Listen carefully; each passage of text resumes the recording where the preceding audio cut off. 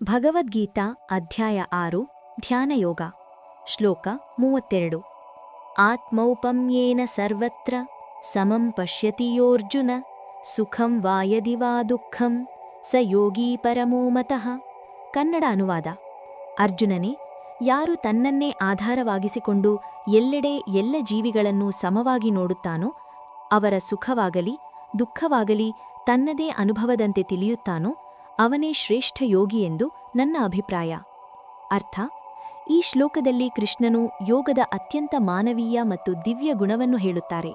ನಿಜವಾದ ಯೋಗಿಯು ತನ್ನ ಅನುಭವವನ್ನು ಆಧಾರವಾಗಿಸಿಕೊಂಡು ಇತರರ ಹೃದಯವನ್ನು ಅರಿಯುತ್ತಾನೆ. ಅವನು ಮತ್ತೊಬ್ಬರ ಸುಖವನ್ನು ತನ್ನ ಸುಖದಂತೆ, ಮತ್ತೊಬ್ಬರ ದುಃಖವನ್ನು ತನ್ನ ದುಃಖದಂತೆ ಅನುಭವಿಸುತ್ತಾನೆ.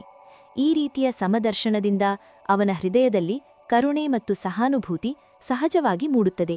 ಇಂತಹ ಹೃದಯವೇ ಯೋಗದ ಪರಿಪೂರ್ಣತೆಯ ಲಕ್ಷಣವೆಂದು ಶ್ರೀಕೃಷ್ಣನು ಇಲ್ಲಿ ತಿಳಿಸುತ್ತಾರೆ.